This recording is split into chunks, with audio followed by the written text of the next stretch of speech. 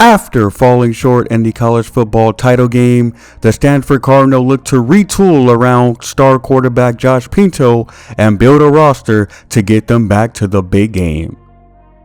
Hey now, say now, welcome back to the Stanford Cardinal Dynasty.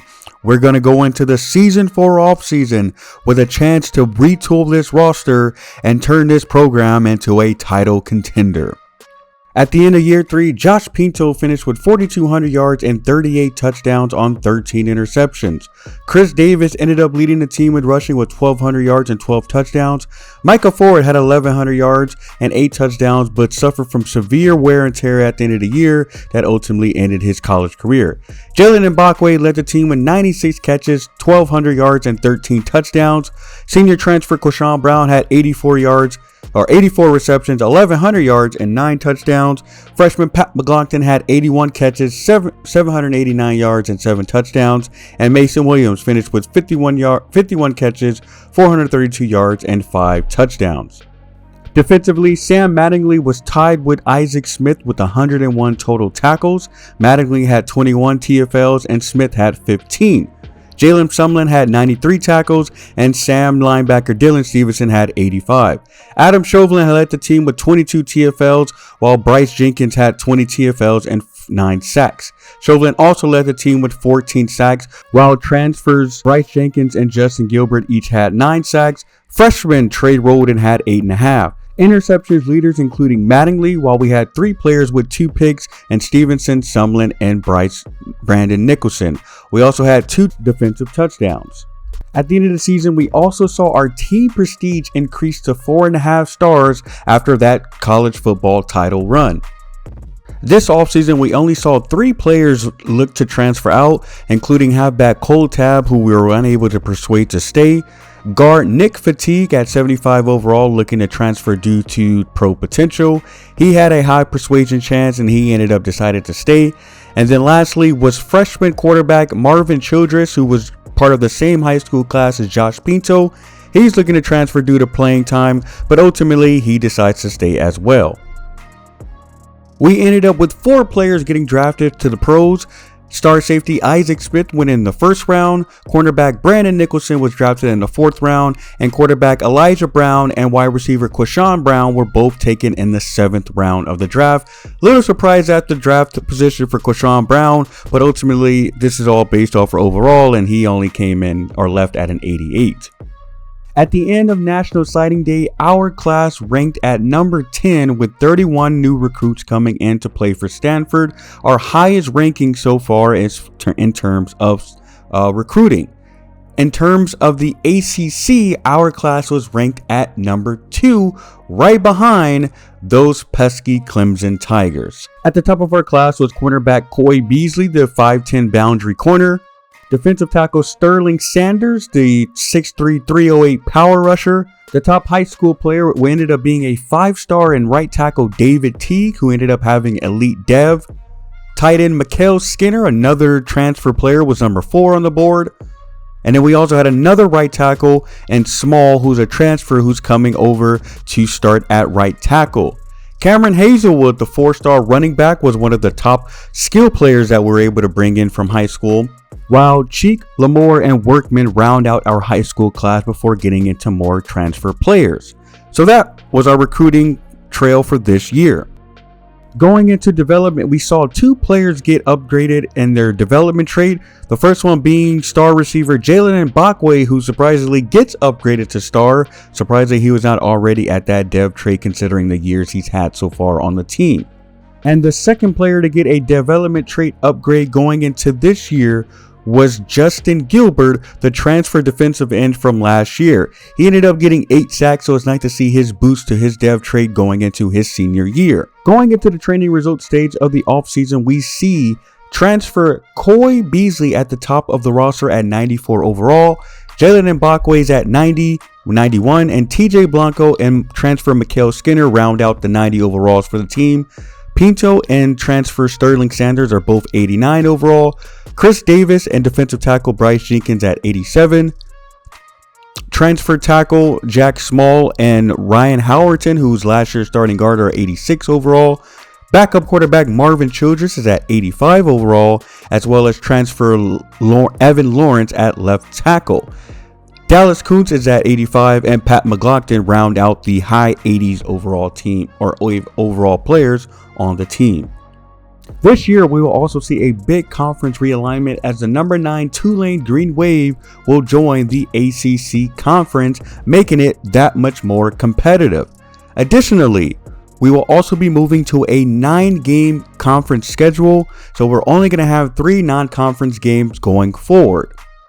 Going into the preseason, the Cardinal come in ranked as the number 4th team in the nation, with Georgia, Texas, and Clemson ahead of them. The Georgia Bulldogs are the defending champions, and we hope we get a chance to avenge last season's title game loss. We didn't get much love in way of preseason All-Americans, as no Stanford Cardinal made it to the first or second team in the nation. However, we did have a number of players to dominate in the ACC preseason All-Americans.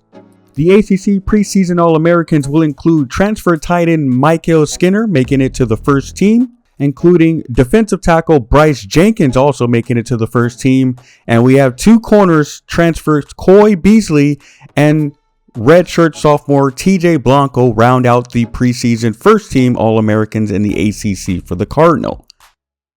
The second team including quarterback Josh Pinto, halfback Chris Davis, wide receiver Jalen Mbakwe, transfer left tackle Evan Lawrence, and Dallas Kuntz, the right guard redshirt sophomore who's going to be making his first start in his college career. Transfer defensive tackle Sterling Sanders rounds out our preseason All-American. He is the final defensive player who makes this second team. Again, no love from the national media as Josh Pinto does not make the Heisman watch in the preseason, but we're going to make sure we do everything we can that he's in that race this season. Next, it's time to get a look at our 2028 schedule as we open week 0 at home against San Jose State. We go to Fresno State, Miami, and Syracuse in our next 3 games, then 2 straight home games against ranked opponents Tulane and Pittsburgh, then 3 road games, Boston College, Notre Dame, Wake Forest, before heading back home against Virginia Tech, Florida State, and Cal to end the year. Lastly, it was time to hit the gridiron to see what we look like on the field for this roster we put together this year. No quarterback controversy as Josh Pinto is the solidified number 1 quarterback on the roster going into this year. His offensive line will look like this. 4 new starters including transfers Evan Lawrence and Jack Small. Nick Fatigue will be playing out of position, the left guard swinging over to center. Dallas Kuntz getting his first time to start, and Ryan Howerton being the sole returning starter from last year. Ultimately, I think this is probably the best group we've put together on paper so far in the Dynasty, and they've got a tough job of keeping our QB1 upright. The playmakers for Pinto this year will include returning starters Jalen Mbakwe and Pat McLaughlin, while Michael Skinner and Chris Davis and Heath Sun all are new starters to the team. However, Chris Davis is no stranger as he led the team in rushing last year, though was mainly in a backup effort to Micah Ford. Michael Skinner is the one I'm probably most excited about out of this group, as he's a 90 overall tight end with a pure blocking archetype. I don't normally go after players of this archetype, but he's got really good receiving skills, and I think he's going to be a nice weapon in the passing game. In practice, he consistently took the top off the defense, getting past the linebackers and being able to run over the smaller defensive backs. We haven't had a tight end this good in the Dynasty so far, and I'm really excited to see what he can do to open up this offense. Heath Sun will be the newcomer in wide receiver core. He's a redshirt freshman who's got really good speed with 91 speed and 90 acceleration, really good route running already, and is going to be someone who's going to be making plays out of the slot. He has star development, so he should be one of the top receivers on this roster for years to come, and he showed out pretty much all practice long when we did target him, showing off that speed, being able to run away from defenders, catch the ball, and then make plays after the catch as well.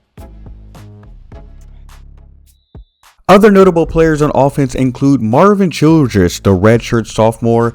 He, once again, was one of the quarterbacks we recruited along with Josh Pinto. He's now up to an 85 overall, and he also has a playtime deal breaker, and that's currently at an F rating right now, so he's likely going to look to transfer again this offseason. And honestly, he was missing some throws in the scrimmage, so I'm not really sure he's ready to start for this team. And you know what, if he does decide to take his talents elsewhere, I look forward to see what he can do if he does develop here.